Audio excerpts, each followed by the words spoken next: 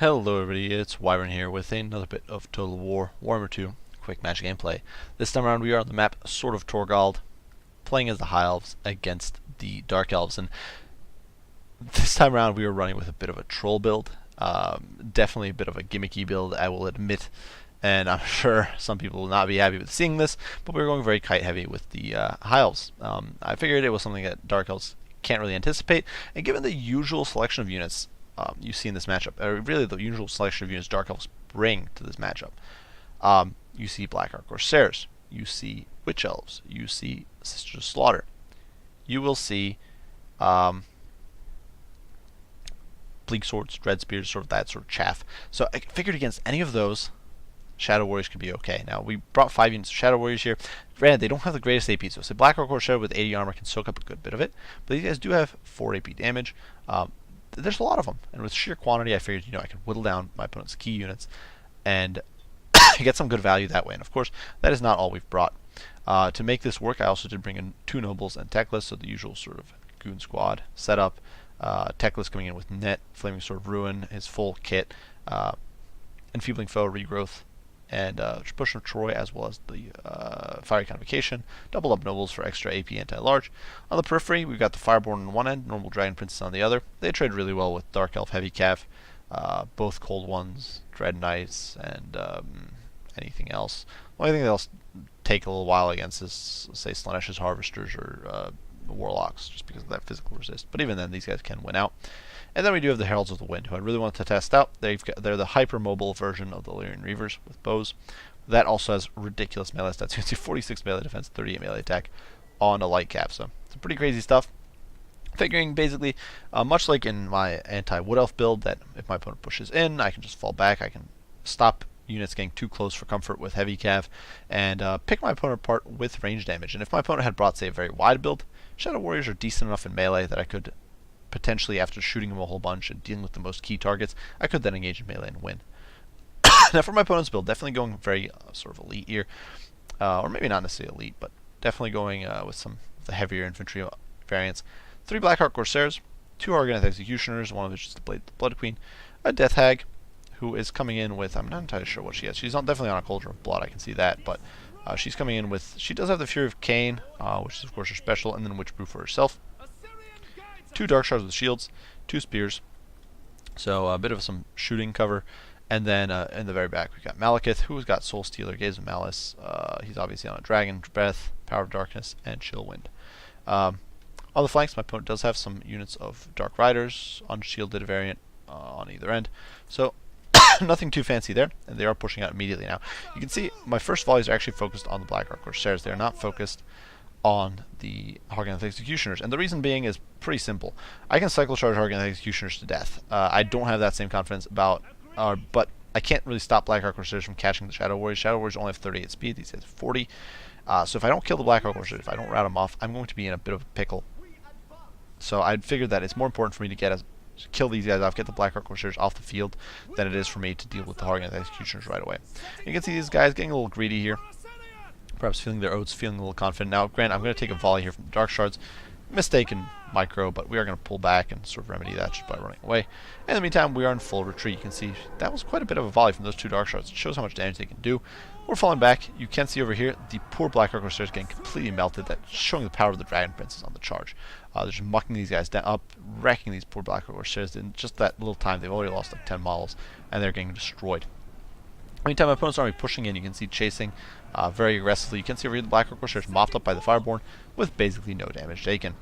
Anytime we keep running, there's unfortunately here a little bit of a micro hiccup. The Shadow Warriors getting caught by the Argonauth Executioners, which should never happen if you are on top of your micro. Over here, a bit of a more mistake. Shadow Warriors getting caught by the Dark Riders, but Teclis and the gang are here to deal with them. And in the meantime, the Fireborn are going to snag these second unit of Dark Riders and teach them a lesson about not messing with heavy cav. This is not the situation Dark Riders want to be, ever. You can see these poor haggard, starving horses. They can look all fancy with their spears here, but really, can you stand up to this sort of high elf handsomeness here with those burning lances?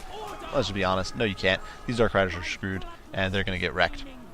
In the meantime, the Shadow Warriors full retreat, firing away, teeing off, and you can see we've got a bit of a crossfire. My opponent does have these Dark Riders, but Dragon Princess kicking into high gear, pushing into this overlapping unit of Dark Shards, and they're going to get a bit of a glorious charge here. And when I said glorious, I mean not really at all apparently, but you know, they get into 2 units of dark shards, they time down. You get the idea. They've only lost 1 model, they're slaughtering 2 units of dark shards, so big win for me. Now things are not going ideal everywhere. I did try to get a fiery convocation there, hoping to sort of dissuade my opponent from pursuing me with target executioners. We whiffed, it's okay. Now, my opponent getting some value here. The Shadow Warrior is actually getting slaughtered.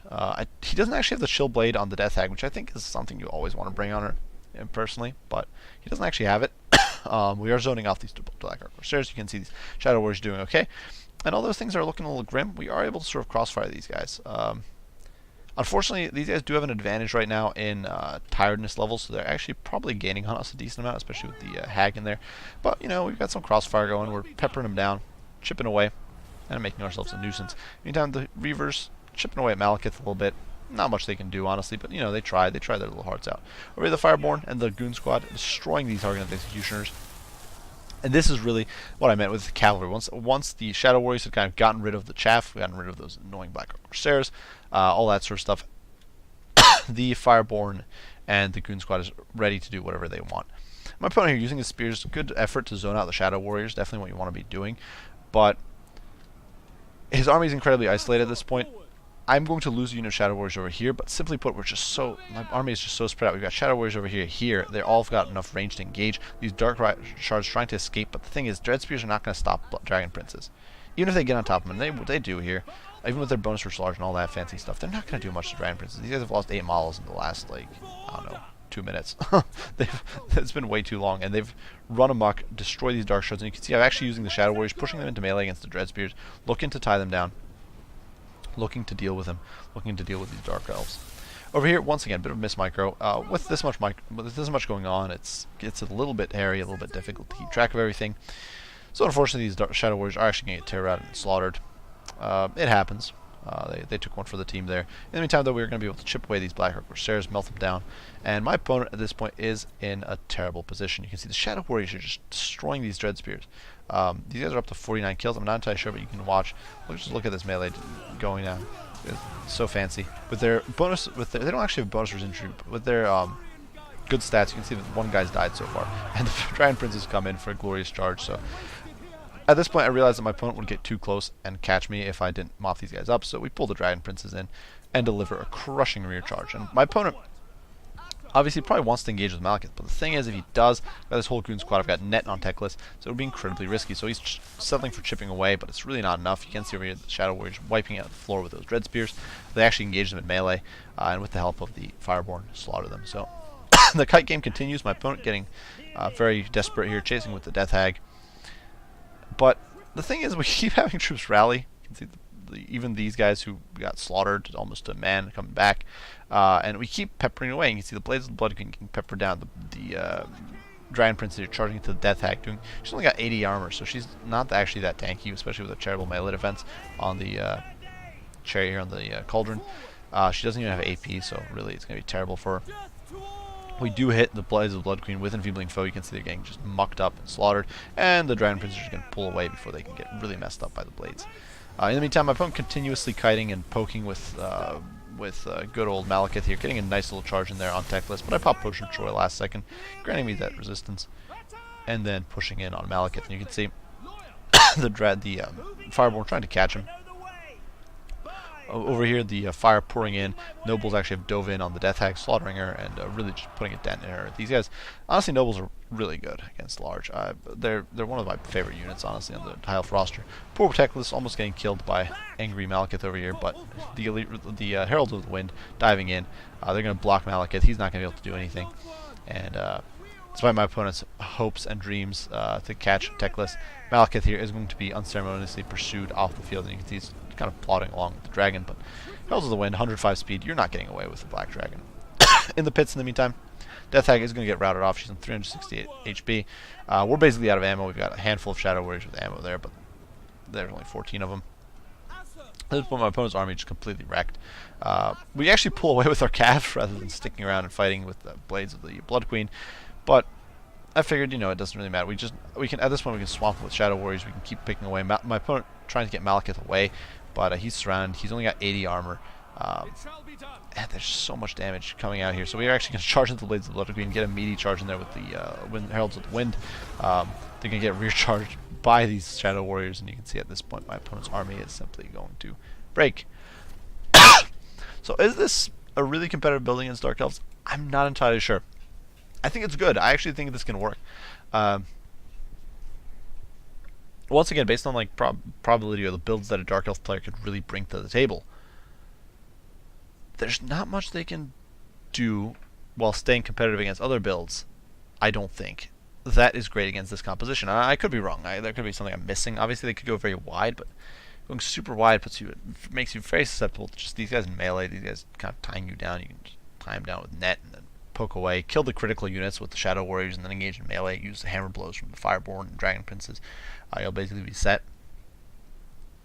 And going extra wide against High Elves isn't really that great of an idea a lot of the time, just because High Elves elite troops would dumpster you really bad at that point. Otherwise, though, I did have a lot of fun with this build. I do think it's pretty cool.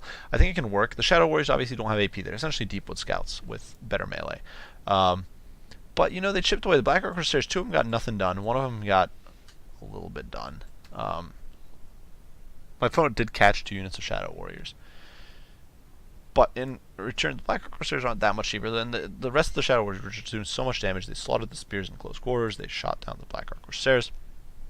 However, my opponent set off to catch when my opponent tried to catch my Shadow Warriors, he ended up getting punished horribly by the Fireborn, by Dragon Princes, by the Nobles, by Teclis. I had nets, I had the Heralds of the Wind ready to go, and you can see some of these guys raking in impressive kill counts, despite honestly suboptimal target choices. So, and then the Dragon Prince is just raking in hundreds of kills. It's really a pretty brutal composition. Certainly, if you're faced with this sort of build in a quick match, you need to stay together. One of the big mistakes my opponent made in this game was the fact they split up so much. You have to essentially accept they're going to get pounded from some directions with no real way to respond, and then pick your opponent apart one at a time. Otherwise, you need to have some sort of sacrificial units you throw into the grinder just to buy yourself time, but really, you can't be separating your army up. And I think the fact that my opponent split his army up in this situation, he had multiple pockets. He had his Dark Shards and Spears in one area. His Dark Riders came in haphazardly at one point. Some of his Hargoneth Executioners pursuing one way, his Blade of the Blood Queen, Black Orc Crusaders, and Death Hag in another, Malekith up in the sky, so it was all over the place. The fight, my opponent had like 5 or 6 units of troops chasing all over the place, and that really favors this sort of mobile, brutish, crush you with Dragon Princes sort of comp. Nonetheless, good game to my opponent Tyrion here. Somewhat ironic, playing as Teclis and the High Elves against Tyrion, but with Dark Elves. But regardless, good game to my opponent. I do hope you guys enjoyed the video. If you've maybe got some ideas, I hope you found it entertaining. If you did, be sure to leave a like and subscribe below. If you have any comments, any criticism, any questions about the game, anything like that, be sure to leave them down in the comments, and I will respond as soon as I can. As usual, guys, I do appreciate you all for watching, and I will see you all in the next one. Bye for now.